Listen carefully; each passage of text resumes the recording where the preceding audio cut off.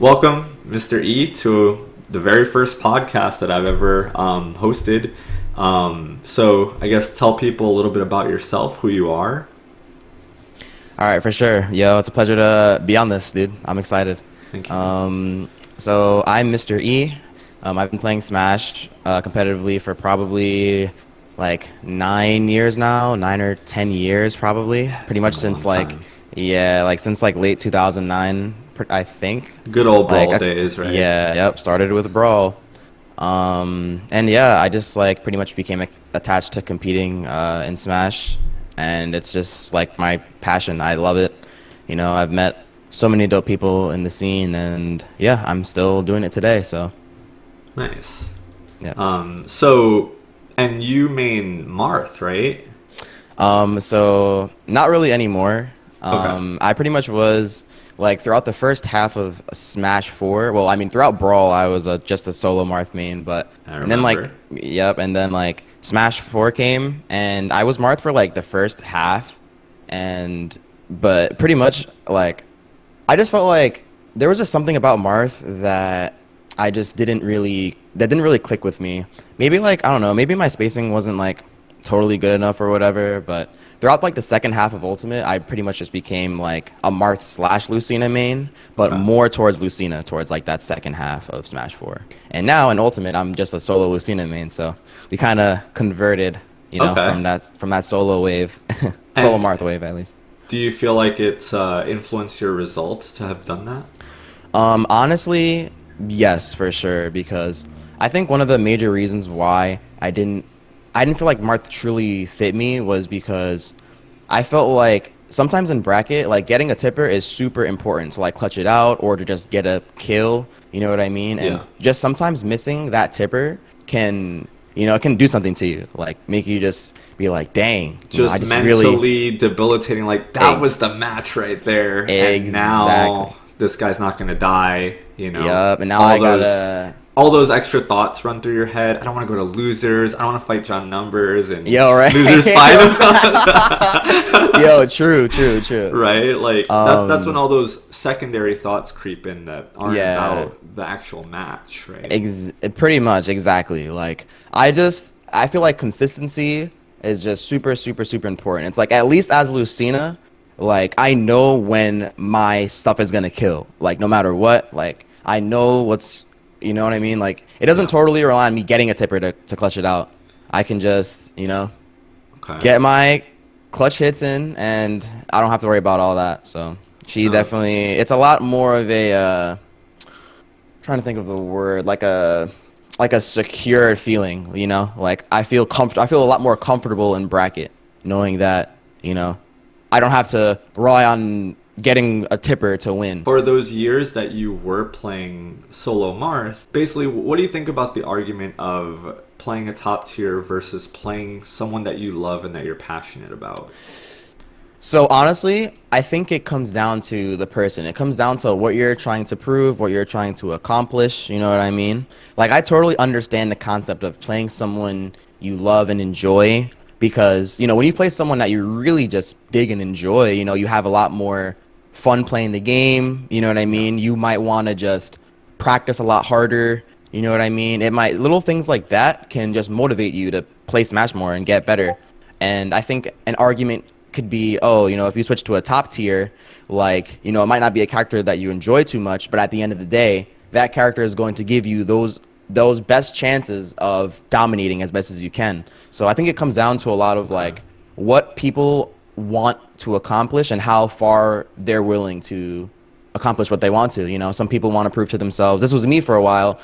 In Smash 4, I was like, yo, I want to be that solo Marth player to just do some crazy stuff, you know what I mean? And I really digged having that kind of status, of someone who's cool using Marth and just doing all this crazy stuff that people didn't think Marth was capable in Smash 4 and whatnot. So I enjoyed that for a while, and yes, it definitely has its pros and stuff like that. It's pros and cons, but at the end of the day, I would say my mentality became to no longer do I want to just play a character who doesn't give me the best chances of winning. Like I want to be the best, you know what I mean? Like I want to be the best player. I don't want to just use some character to prove a point or whatever, you know what I mean? Like I kind of grew out of that mentality, you know. That's interesting. Interesting word choice too that you said grew out of. Yeah. So like what do you think changed? Did you just like get older and you felt like, you know, I don't have a lot of time left playing the game, or you know, do you feel like maybe you know who you are as a person so you don't have to prove anything to other people? Like what kind of mindset changes happen there? Yeah, so I would say pretty much a little bit of everything that you said. Like it's like I feel like I've proven to myself that I am capable of beating the best player in the world at the time. Like that's pretty much was like my Smash 4 goal actually. Yeah, it talk was about like, it. Talk about it. So what did you do in Smash 4 at was it Evo? Yes, Evo 2016. Okay. What did you do? Yeah, so at Evo 2016, that is when I beat Zero in winner's bracket, and that was pretty much a goal that I made for myself in the beginning of Smash, but it's actually pretty interesting because this goal actually like passed over from Brawl, and not many people know this. Because so pretty much like me and Zero have actually fought like a couple of times in Brawl, and the very last set that we played, it was at like this local, I think it was like at this college like in upstate New York, and it was my Marth versus his Meta Knight, and it was game 3. And basically game 3 he counterpicked me to Halberd. I think it was Halberd or Delfino. Oh, and no. he sharked me. He sharked me the entire game, and I just couldn't play. You know what I mean? So ever since then, ever since that moment, because Zero was practically the best player in the world at the time, I was like, wow, I really made him have to play that way in order to like beat me or whatever, you know. Yes. So, but I was also like younger at the time, and I was like, yeah, like he was scared of me, like he had to play that way. So I do feel like it's kind of like immature in a way for me to be like, oh, okay, now I'm just gonna make sure that my single goal is to beat him in Smash 4 or like, you know what I mean, or something like that. I mean, I had more goals, but that was definitely something I wanted to do. Something on your bucket list, right? Yeah, and you know, it was almost like I was like, no matter how good Zero is at this game, like I know I'm able to get there because he was also super good in Brawl. Yeah, and I like, you know, I was able to like almost beat him in Brawl. So that was pretty much a kind of like how I looked at it. You can't really like look at stuff like that, you know what I mean? Like it's kind of a flawed way of thinking, oh, just because someone is like this. But at the end of the day, obviously, you know, we all have potential. Like we can all do like what stuff that we put our minds to and whatnot. So I wholeheartedly believe that. I'm a huge fan of you know, setting goals and kind of like, so for me personally, and I don't know about you, I'll ask you afterwards, but I have a list in my phone every year, actually every new year, coincidentally. I write new goals for myself. You know, I always try to visualize and see like, where do I want my life to be, you know, in 5 years from now. And I'll kind of like write a whole list of goals. And like every night before I go to sleep, I'll like look at those goals and be like, okay, like, have I been working on this? Am I close to getting there? Like, so I don't know if you do something similar, or how do you like set your goals? How do you like keep track of them and stuff like that? So honestly, like my goal, bro, is I pretty much just kind of have the mentality of like, as long as like I know what I want, and I know that I want to be the best player, and I know that I really want to, you know, go hard with content. You know, like I really want to be one of the best content creators that I could possibly be. You know, I want to get popping on YouTube. I want to get popping on Twitch. Like, you know, I want to do all that stuff. So, and you know, in order, and I feel like those things are really important for me to continue as a competitor. Like, I would say, like, if I had to weigh a scale, like I care, like my true passion is really, really competing. Like I love competing. I love entering tournaments and all that stuff. Like that's just who I am. Like it's just so dope. Like there's nothing like it to me.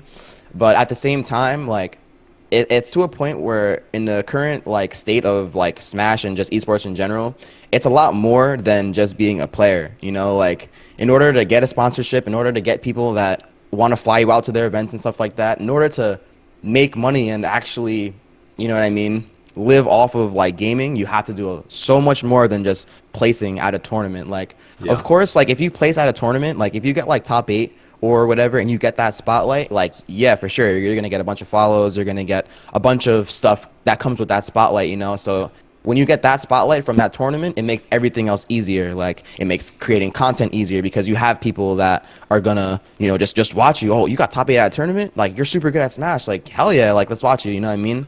Yeah. So that's why, like, placing in tournament can help with that. But yeah, like, you know, but I realized for me personally, I've definitely realized that I have to do a lot more, because right now it's like I've gotten really close to like doing stuff, I guess, like in terms of like the competitive scene. Like, I've gotten close to getting top 8 multiple times. I've gotten close to beating X player or whatever. And a lot of the time, getting close, it's not enough. Like, no, I don't mean a little bit. Like, 100% of the time, it's not enough. Like, yeah, if you get someone to game 3, yeah, last hit, nobody, it doesn't matter, right? Like, it literally, people are just like, well, you lost. Yeah, that's to me, that's it's the like, only thing people see. Exactly, like, you know, it's almost as if you might as well have just gotten 3-0'd, bro. Yeah, like, to be completely real, you know what I mean? That's absolutely true. It's like, no matter if you get 9th or, you know, if it was a close set. Yeah. So, like, for me, like, I have been honestly putting in as much work as I possibly can into getting better at Smash, and I feel like, honestly, out of my whole entire career of playing Smash, like, I'm the best at Smash that I ever was now, like, in Ultimate. Like, I feel like even though, like, I'm not, like, winning any big tournaments yet or anything, like, in Ultimate, I still feel like I'm the best at Smash than I ever was. So, like, I'm way better than I was in Smash 4. Even though, like, I beat really good players in Smash 4, yeah. I feel like I'm mentally in a different place than I was in Smash 4. So, but even though I feel like I'm such a better player now, like, everyone else is also better too. Yeah. So it's you know what I mean? It's just how it is. And it's a tough journey. Yep. But I know that pretty much I have to do content in order to really get the most out of what I can from all this esports stuff, you know what I mean? Like, I can't just compete. It's just it's not enough, you know? Yeah. Like, as much as I would want to just be able to, like, compete and stuff, like, it's just not enough. But not saying that, like, if I didn't have to make content, I wouldn't, because I honestly enjoy, I feel like content is they're very close. Like, it will say competing is right here, and then, like, creating content and just making funny videos, I have so much fun with that. Like, it's just what also another passion that I have. So, yeah, you know what I mean? I have to, I'm really making sure that I put in a bunch of effort into that as well. Like, I have to put in just the right amount of effort into, like, my content creation and just streaming and all that stuff. And with me doing that, I know that it's going to make me feel a lot more comfortable as a competitor, you know what I mean, in that environment. Because, you know, there's been so much situations where it's like, you know, I'll play Smash all day. I'll win like almost like all my locals, or I'll get like top 3 at least, so I'll still get money from that. Yeah. But you can't really be in a comfortable competitive mindset knowing that the only money that you're really making is from weeklies and from, you know what I mean, from, like, I mean, I am on an org that gives me enough, but, like, you know, you have to do a lot more than that to truly be comfortable in a competitive setting, you know? Like, yeah. I can't be like, oh, if I don't get top 3 at this tournament, then it's over. Like, you know, so and that's no, and you're touching upon some, like, really good points. Like, I feel like there's 2 things here, right? Like, yeah, Smash and money, and that we don't, you know, like, you get 8th place at Evo and you get what, $100? Exactly. Out of 2,000 players? That's ridiculous, you know. And of course we could talk about, like, Fortnite and League of Legends and these $1 million prize pools and just dream of that, right? But that's a whole nother conversation. And then there's the side of how to bring value to people and, like, to make you an asset to orgs, right? Having an online presence, making content, being a good player, and making those top 8s and winning, you know, events. Like, there's so much that goes into it. And then, like, obviously presenting yourself in a way, and, you know, not getting into any scandals, of course. You know, there's so many different, like, avenues right now that players have to, like... Yep, you have to capitalize on them, bro. Yep. You have to... Yeah, it is a lot, you know? But I know that, you know, but I do believe, though, that the Smash community, there can be a lot of more people that really, put in the work to content. Because that's the thing. Like, I've noticed, like, a lot of pro players, like, like, not including myself a while ago, like, I always wanted to do content. Like, even in, like, the early, like, Smash 4 days, I was actually streaming Smash 4. But eventually, like, my PC broke and I couldn't stream for, like, 4 months or something like that, and I lost all that momentum, bro. Like, I swear, back then, that's it. Bro, I was so demoralized after that, dude. Yeah. Yeah, no, it's tough. That's the other thing that other people might not know about this. They feel like, I feel like this is the misconception, right? Like, being a streamer and a YouTuber is like, this grand gig. But if you take one sick day, or if you stop like uploading or streaming for 1 week, those viewers are gone. It can show, man. Definitely, it can definitely show, man. And it's super important to not let an opportunity when you have some people that are interested in you and are checking out your videos. Like, you can't let that.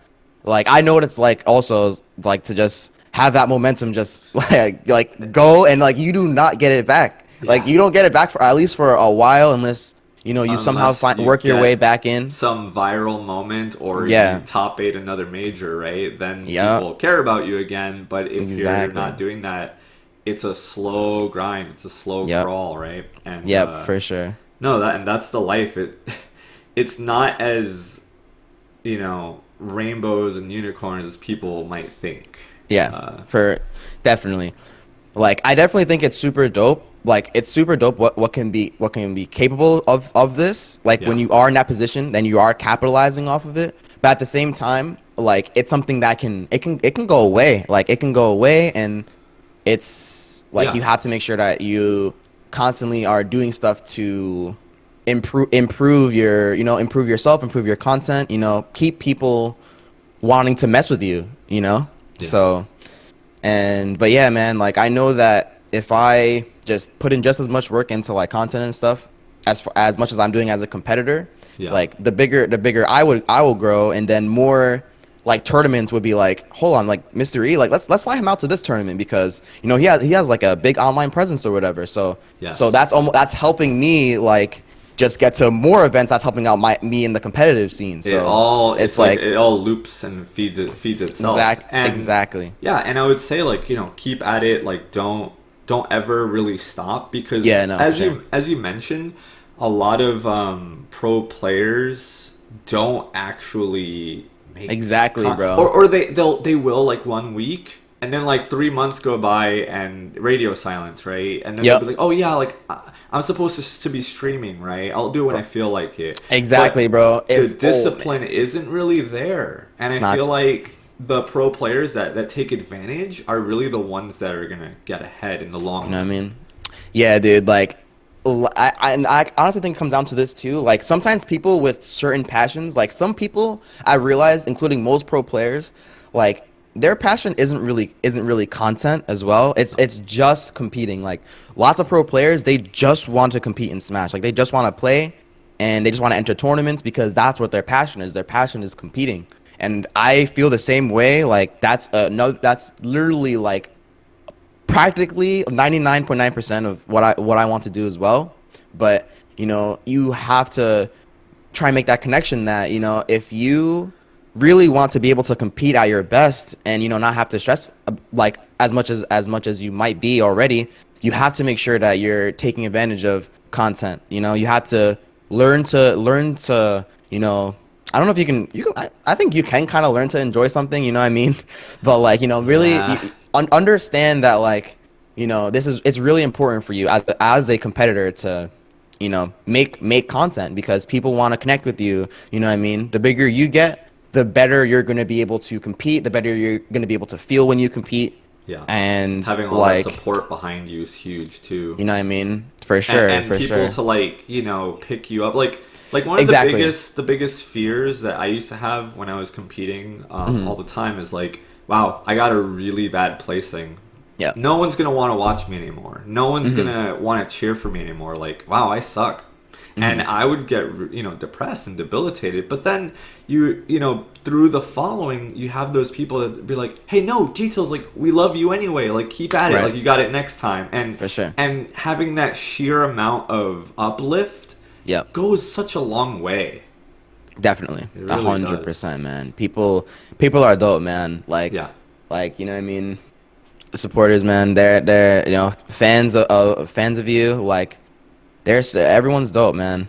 So like having people behind you definitely is a big help. And it shows. Especially, this is like important too. Like, when it comes to like, for example, big Smash events like Summit, right? Yeah. So many pro players, because it's like a voting system and everything. Like, some players don't really think about that. Like, oh, let me try and grow my brand a little bit more, and connect with people so that they would maybe want to vote me into Summit or something like that. You know what I mean? So it's like a bunch of stuff like that, like matters. But nah, definitely, dude. Having like a solid like online presence is especially in Smash, is just as important as putting in your effort to compete. Yeah. So yeah. Do you have any interest in any other competitive games?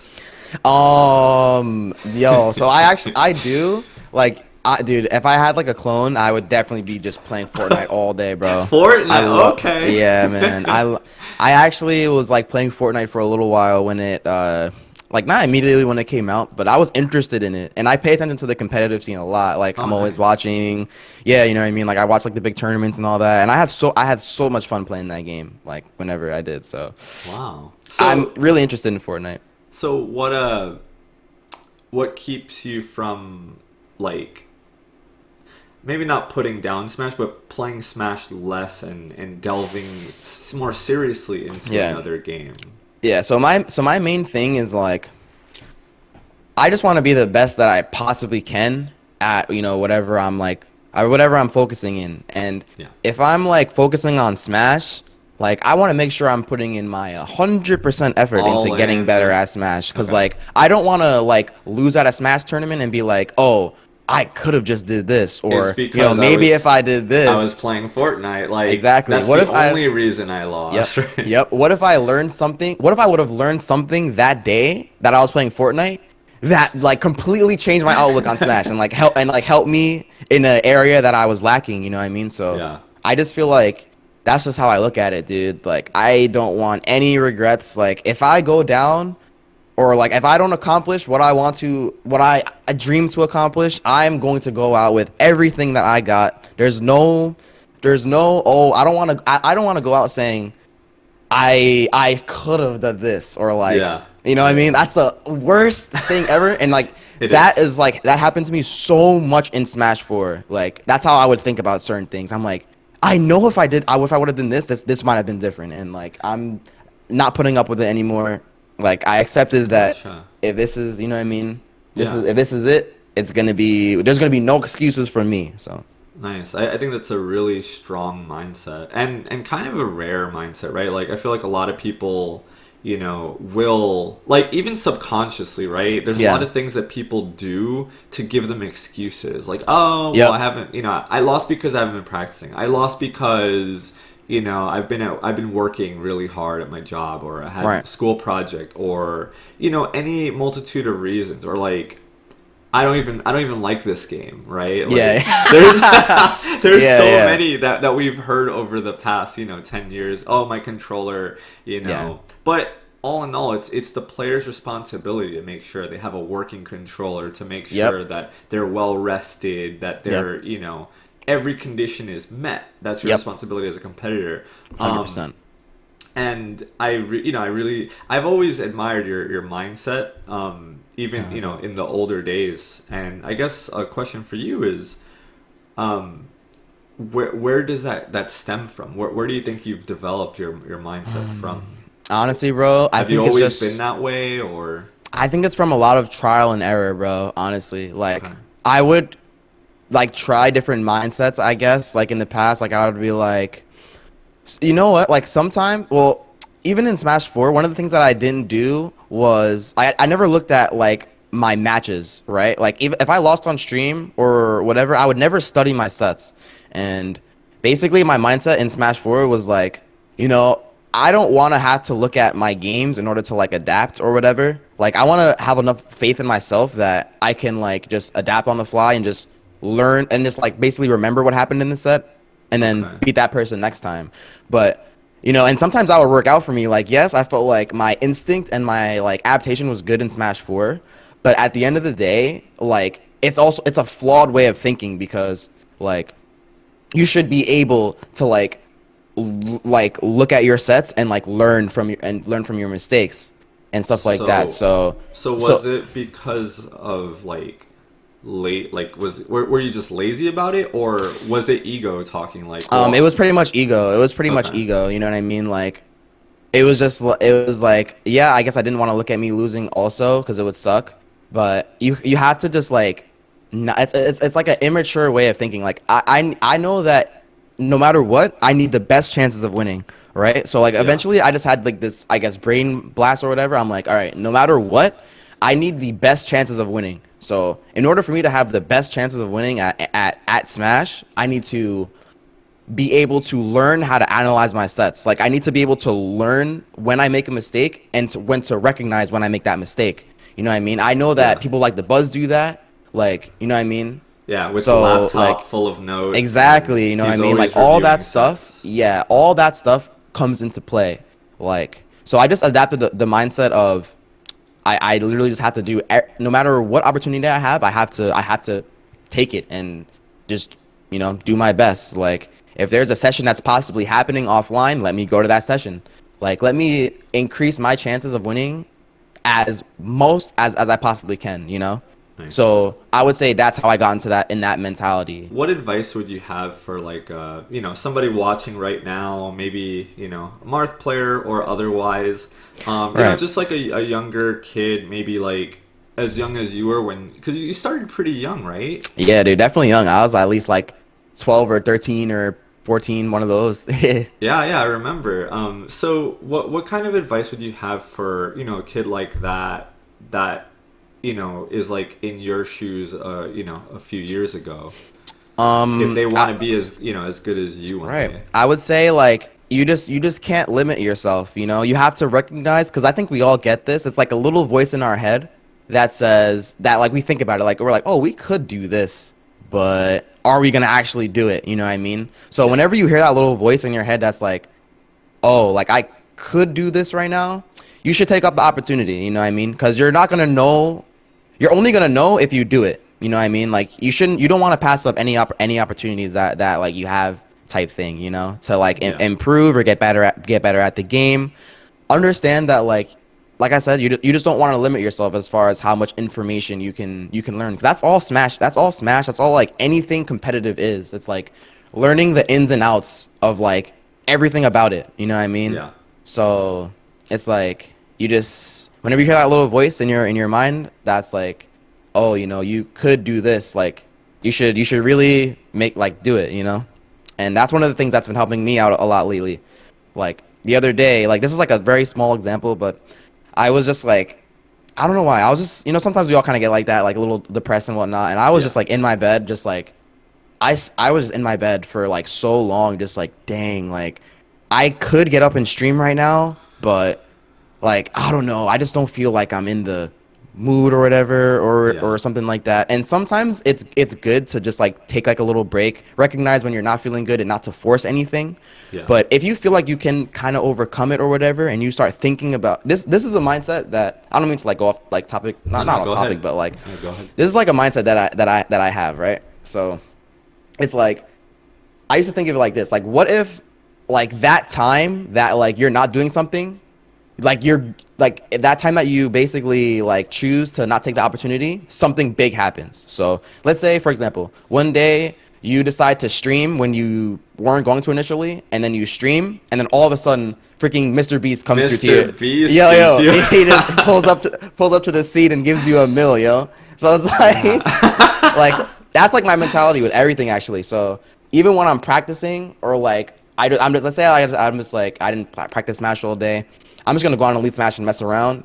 I'm like, would I practice Elite Smash right now if I knew that it would turn me into the best player in the world tonight? Like, you know what I mean? Yeah, I do like stuff free, like that. right? So like, Yeah, no, if I knew, like if I knew that for me playing this one Elite Smash like a 2 hour long session, that I would become the best player in the world, I would do it. And the thing is, I don't know unless I'm gonna do it. So now I'm gonna do it. Yeah, you know what I mean? no, So that's so like, you're essentially like you know you've understand the way that your brain works, and you're playing tricks on yourself that work to your Sort of, advantage. yeah. No, it's super smart. Yeah.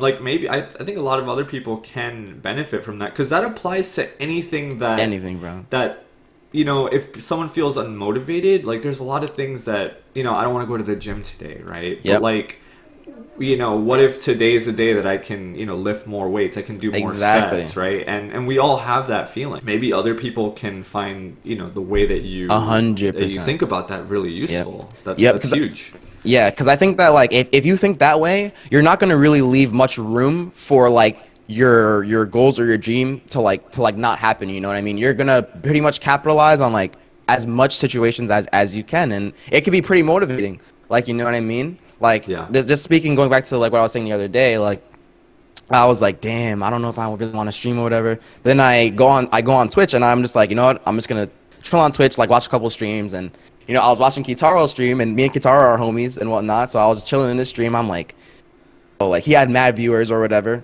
But like I pretty much didn't do anything all day. Like I'm just gonna go live and stream. So then I just streamed, and then Kitaro came through with a host, and he hosted me with like all those. And it's like I didn't have that many viewers in a while. So it's like choosing to do something like that can truly be something that could like be super dope. So no, I think that mindset can just apply to like a bunch of stuff. I think that's huge, and I think that the kind of a pitfall that people will fall into is they'll say like, well, I keep streaming. I've been streaming for 3 weeks straight every day, and nothing spectacular happens. It's just 10 viewers, and how can I stay motivated like that? It's and it's extremely hard. I've been there. Like we've all been there. We've all been there. Yeah, we've all been there. Like it's extremely hard, and it can be very, very demoralizing. Like just kind of staying to the course, and and being consistent, and eventually something can happen. Definitely. Not saying that everyone's gonna get like that magic lucky break, but you like, if you don't do anything, then you're never gonna get the magic lucky break. 100%. Yep. Right? And like I think what's really important is accepting that as long as you are putting in as much as your best foot forward, and like if the outcome doesn't come out to like what you want, it is what it is. At least you've been trying your entire best to make it happen. And as long as you're doing that, like there's at least a pretty good chance that you can get what you want to. So that's just no, I agree. I mean, like, I think something that people maybe need to hear, like, I've been on YouTube since 2007 2008, right? Yep. And that's like, my channel started doing well when Smash 4 dropped, which was what, 2014, 2013. That's like 6-7 years of me uploading every day, every week. 100 viewers, 100 views, 200 views, nothing pops off, like, and I was just like, man, like, where are they, like, should I keep doing it? And going back to the passion thing, I loved making videos. Like, I loved showing off my skill in video games. I loved talking to people.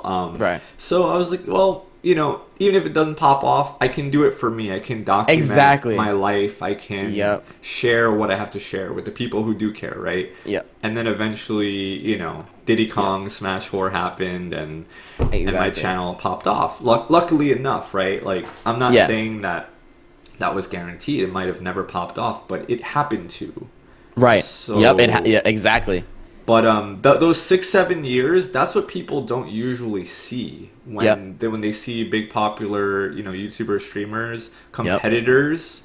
They're just like, oh man, like, you're so good. And new people are like, well, I've been playing like every day for 6 months. And I'm still nowhere near you. And I'm like, well, how about 5 years every day? Like 5 hours every day, nonstop. People really underestimate the amount of time it takes to master something. And to see results for things that are difficult in this world. 100 trillion %. Definitely, bro. And I think I think you actually touched on something key too, is like what's super important is like you have to enjoy what you're doing, like regardless of whatever that is. Like if it's something that you feel like you could do with no reward, like or whatever, then that's what your true passion is, like, Yeah. you know what I mean? So like you shouldn't really be going into streaming or doing something being like, you know, damn, like, you know, I'm not getting like any viewers or whatever, like this sucks. Although it's hard not to think, it's hard to like not think like that, but you're going to, if you think like that, I think it's a lot easier to give up, you know what I mean? But if you can make fun of like what you're doing, you know what I mean? Like if you're having fun, like, yo, I'm just excited to stream today. Like I'm gonna hop on the call with my friends, play like whatever I want to play, and you know what I mean? Just have like, that's the best way, because you're having fun doing it, and like you're also streaming a lot more now because you're having fun with it. So you know, you can't care about like the numbers in your stream, like, you know what I mean? Like this is what anything passionate wise, you know, like even let's say baseball players, like let's say like there was no money in baseball, like that's someone's true passion. They're just gonna play baseball, you know what I mean? Like all these freaking professional sports players that are playing all these games, like I'm sure they'd be doing that if they, I mean, obviously, you know, get to an age, you gotta survive and do what you can, but like, you know, after whatever, but you gotta. aside from that, you know, you can have like your thing to make a living, and then your passion's always like on the side, right? Like For sure. And I think that's another thing, you know, that's another side to the coin, right? Do I go all in, or, you know, do I focus on XYZ job, school? Right. And that's, you know, that's always a personal choice too. Right. Like, depending on how things are going. Of course, 100%. Like, I'm all for, like, you know, if you're something you're extremely passionate about, really do that. 'Cause that's what I truly believe life is about. Like, life is about, you know, finding out what you're passionate about, what you want to focus on, and then pursuing it as much as you can. You know what I mean? Like, we all have different, you know, aspirations and wants and stuff. But at the same time, like, this world is set up so that we have to do what we can to get money, you know, in the meantime, in order for us to do the things that we want to enjoy. So, you know, and if it's something you might not like enjoy too much at the time, you know, like, you know, it is what it is. Like, you got to just make sure that, you know, you're doing what you can, and, you know, one day you might be able to do that true passion that you wanted to do full time, you know. But yeah, I think that's what I think life is about too, like kind of accepting that stuff might not be the way that we ideally want it to be, like at first, but as long as we're really making like the best of our time, like no matter what we're doing, like it could, you know, like that's what's really important. Wholeheartedly. So. I ended up moving across the country. Mm-hmm. I left my like a good teaching job for you know, opportunities to move across the country, and then because of that choice that I made, I ended up working at a gas station for 2 years, and I have like a master's degree that, you know, I couldn't use at the time, and you know, I basically had to eat dirt in order to try and make something work that I was interested in, right? And so there's always a sacrifice, there's always a give and take, you know. Exactly. No one really just makes something out of nothing. Yep. 100%. Yeah, no, dude, for sure. This has been really awesome. This is there, you know, do you have any like closing words or anything that you want to add? Just, you know, shout outs to anyone watching this video, yo, you know, supporting my boy Jtails. You know, I knew him for a while, so, you know, appreciate all you guys hella.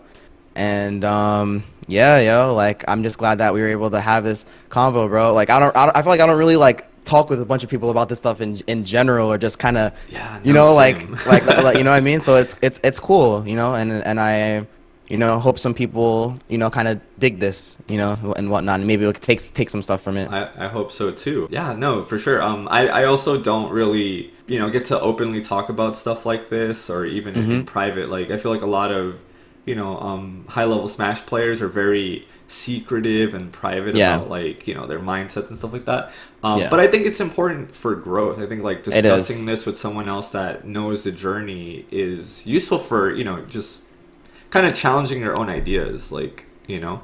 100%. Where can people find you? You have a YouTube channel and a Twitch, right? Yeah, man. So literally everything. Yeah, everything is mressb. Honestly, like Twitter, Twitch, YouTube, all that's just the same thing. mressb. I think I'm gonna be rocking the SSB forever. You know, that's where I started. That's Even wherever, if you bro. go pro Forever. in Fortnite. Yeah, if I'm a Fortnite player, MRESSB, bro. Super Smash Brothers. That's hype. So, Okay. So there's no dot after the MR. No, not for like the socials. I mean on YouTube, like if you type in MR dot space E, it'll come up. But like if, in terms of like the youtube.com/, it's just MRESSB. And like same thing with Twitter, YouTube, Instagram, MRESSB. Okay, I'm gonna just like do a little thing so that they appear dope. here and people can like click on it. Dope. And it'll be in the description. So if you guys want to check out Mr. E, good friend of mine, you know, super high level pro with Marth, Lucina now, beat 0, and got a big donation from Mr. Beast. Right? While streaming. So those magic moments can happen, you guys. If you want to see more of Mr. E, chill dude, check him out in the description below. And if you enjoyed this first episode of the podcast, please leave comments. Let me know what I can do better for next time. Give it a thumbs up and consider subscribing to the channel. For sure. So yeah, guys, thank you so much for watching or listening, since I'm probably gonna put this on Spotify, and I will see you all next time.